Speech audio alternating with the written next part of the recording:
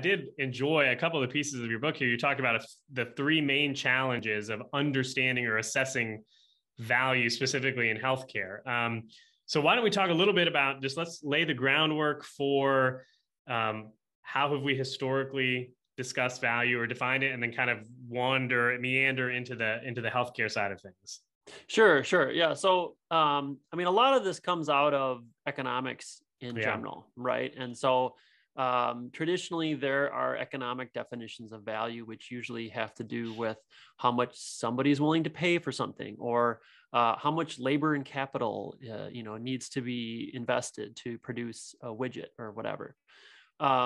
And so we have sort of historically tried to apply some of those things to healthcare, and with differing amounts of success.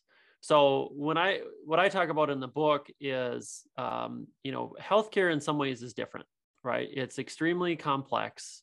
It's complex in terms of how it's set up, how it's paid for is complex, which has huge implications for assessing value, because usually you are at least somewhat interested in who's paying for it.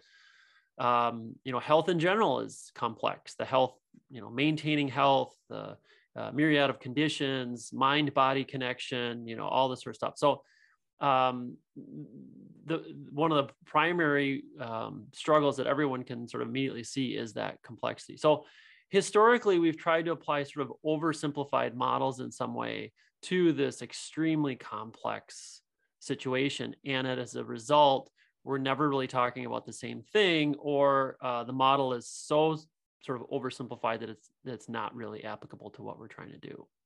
Yeah. And that comes into, like most people are talking cost versus, benefit versus all this. And there's just a whole lot more at play, especially I think it is interesting, the discussion around who's paying for it and how that's, pushing a lot of this, right? Like these third-party payers have much different interests than sometimes even the end recipient, right? Like the person that's receiving the services isn't necessarily the one paying for the bulk of the service, right?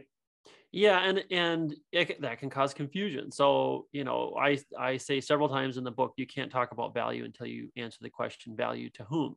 Exactly. And if you're talking about value-based care, some might say, well, when these payers set this up, are they talking about value to them or value to patients, or who's the value for? Because that has huge implications for how we assess whether or not it is actually doing what it says or is successful, or what learnings we can pull from it to potentially make future ones. I mean,